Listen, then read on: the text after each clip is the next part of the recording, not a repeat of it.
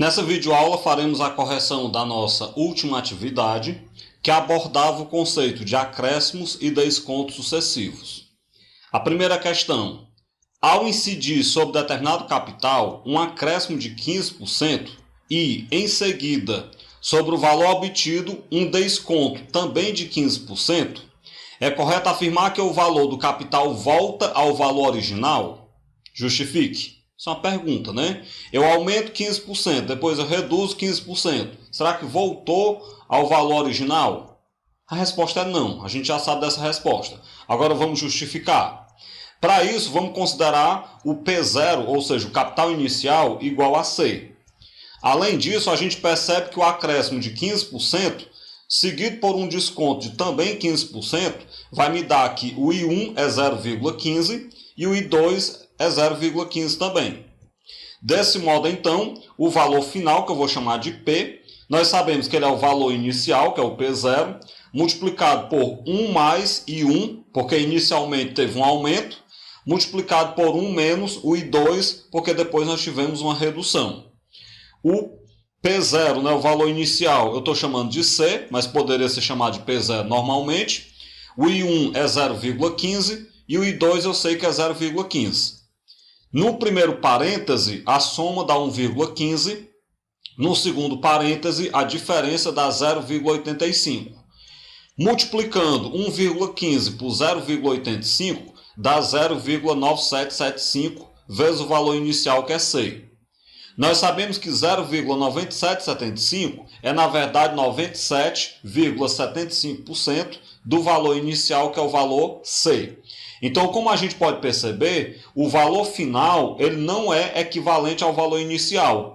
Porque para ele ser equivalente ao valor inicial, o valor final deveria ser 100% de C.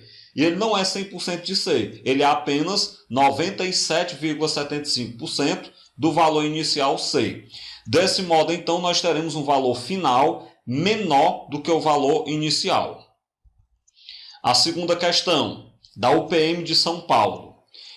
Um produto teve um aumento total de 61% por meio de 2 aumentos sucessivos.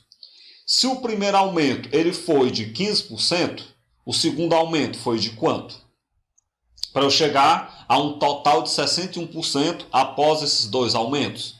Logicamente, vocês sabem que não é para subtrair 61 menos 15.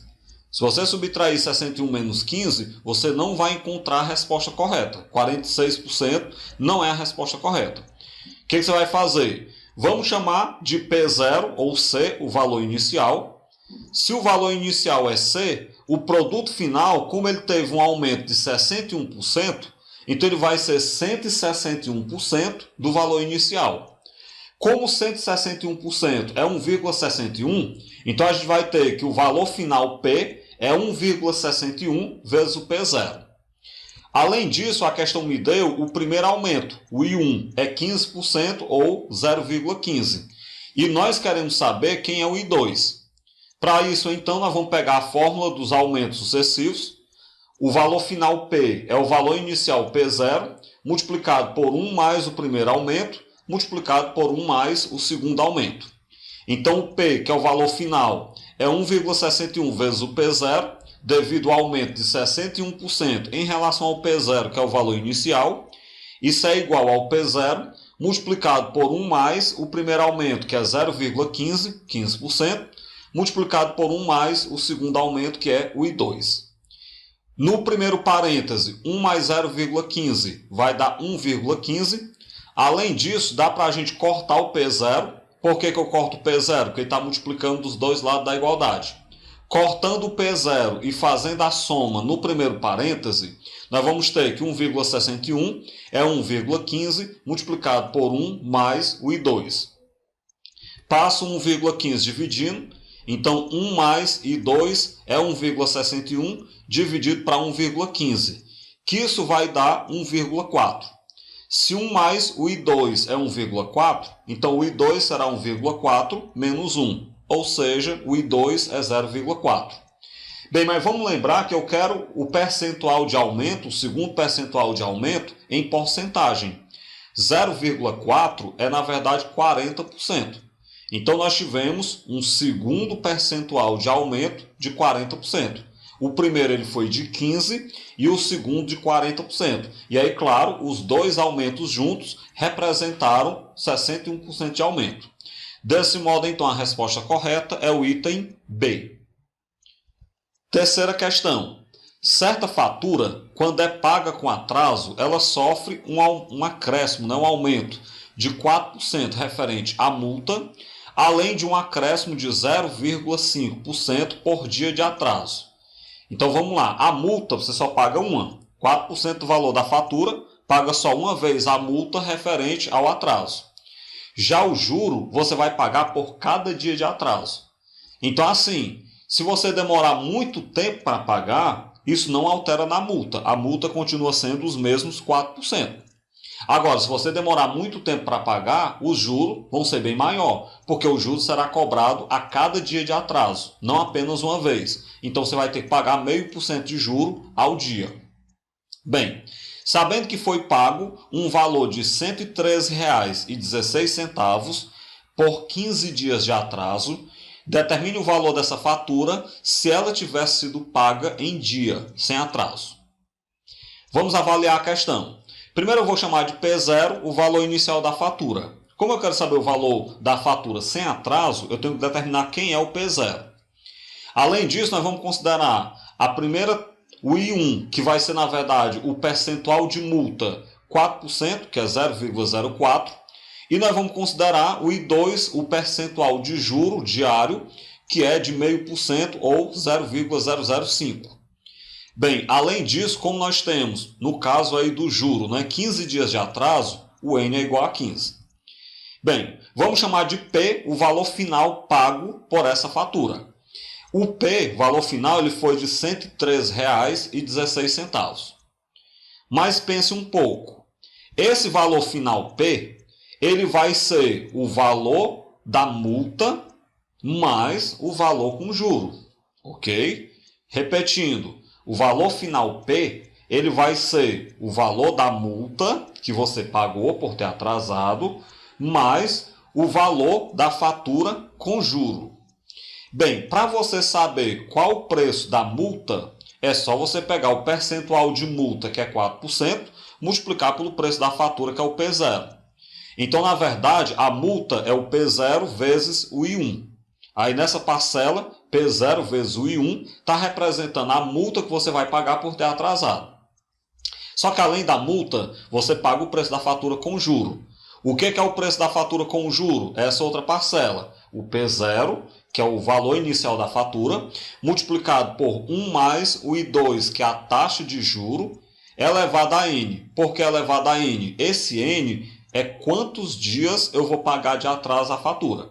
Então, repetindo, a primeira parcela da soma é o juro, a segunda parcela da soma é a fatura, na verdade eu troquei, A primeira parcela da soma é a multa, a segunda parcela da soma é o valor da fatura com o juro. Quando eu somo tudo isso, eu chego ao valor final que eu tenho que pagar, que é o P. Vamos substituir os valores. O P é 113,16. Isso é igual ao P0 que eu quero descobrir, vezes o percentual de multa, que é 0,04, mais o P0 que eu quero descobrir, multiplicado por 1 mais a taxa de juro, que é 0,005, elevado a N, que é o número de dias em atraso, que é 15. Bem, agora eu vou resolver o que está entre parênteses. Para isso eu repito toda a parcela. Essa soma que está entre parênteses, ela dá 1,005. Bem, feito o que está entre parênteses, agora eu vou calcular a potência. Use uma calculadora, sai bem mais simples. 1,005 elevado a 15, isso dá aproximadamente 1,0776. Então, nós temos que 113,16 é igual a P0 multiplicado por 0,04 mais P0 multiplicado por 1,0776. O que eu faço então agora? Eu posso então colocar o P0 em evidência e entre parênteses vai ficar 0,04 mais 1,0776. Essa soma entre parênteses ela dá 1,1176. Como eu quero saber quem é o P0, passa o 1,1176 dividindo, mas antes disso eu inverti, né, para ficar o P0 logo no primeiro membro, e agora eu vou passar o valor que está multiplicando invertindo. Quando eu divido 113,16 por 1,1176, nós encontramos então o P0, o valor inicial da fatura, aproximadamente, que dá muito valor quebrado, né? Aproximadamente R$ 101,25. Ou seja, o valor da fatura sem atraso ele é de R$ 101,25. Esse era o valor que deveria ter sido pago caso a pessoa não tivesse deixado a fatura atrasar. A quarta questão. Por causa de uma forte seca em certa região, houve pouca oferta de alguns produtos agrícolas e, por consequência, houve aumento dos preços. Em certa mercearia, o preço do quilograma de tomate, por exemplo, sofreu aumentos sucessivos de 10%, 18% e 13%, isso em um intervalo de tempo de 2 semanas. O item A. Caso o dono da mercearia realizasse um único aumento, qual deveria ser o percentual de aumento que fosse equivalente aos 3 aumentos sucessivos realizados? Ou seja, vamos supor que em vez de aumentar 3 vezes, o dono da mercearia quisesse aumentar só uma única vez e que o percentual de aumento nessa única vez ele fosse equivalente aos 3 percentuais de aumento. É só a gente calcular o aumento sucessivo. Então eu vou dizer que P0 é o valor inicial do tomate. Além disso, eu vou considerar os 3 aumentos sucessivos. O I1, 0,1, que é 10%. O I2, 0,18, que é 18%. E o I3, 0,13, que é 13%. Desse modo, então, a partir do valor inicial P0, o preço final, que eu vou chamar de P do tomate, ele vai ser o P0 multiplicado por 1 mais o primeiro aumento, multiplicado por 1 mais o segundo aumento, multiplicado por 1 mais o terceiro aumento. Bem, o primeiro aumento ele é 0,1, o segundo aumento 0,18, o terceiro aumento 0,13. Somando o que está entre parênteses, a gente obtém que o P é igual ao P0, multiplicado por 1,1, multiplicado por 1,18, multiplicado por 1,13. Multiplicando todos esses valores, a gente obtém que o P ele será 1,46674 vezes o P0. Bem, 1,46674 é, na verdade, equivalente a 146,674% do P0. Então, se o produto final, o preço dele chegou a 146,674%, é porque houve um aumento de 46,674%. Desse modo, então, se eu quero dar um único aumento equivalente aos 3, é só a gente aumentar uma única vez o preço do tomate, né, a 46,674%. O item B. Qual era o preço do quilograma do tomate, sabendo que, após os aumentos, ele passou a R$ 5,13? Bem, nós temos o valor final do tomate, 5,13, e eu quero saber o valor inicial dele antes desse aumento. Vamos lembrar que o valor final ele é 1,46674, né, multiplicado por o P0. Lembrando que o P, que é o valor final, é 5,13, então 5,13 é igual a 1,46674 vezes o P0.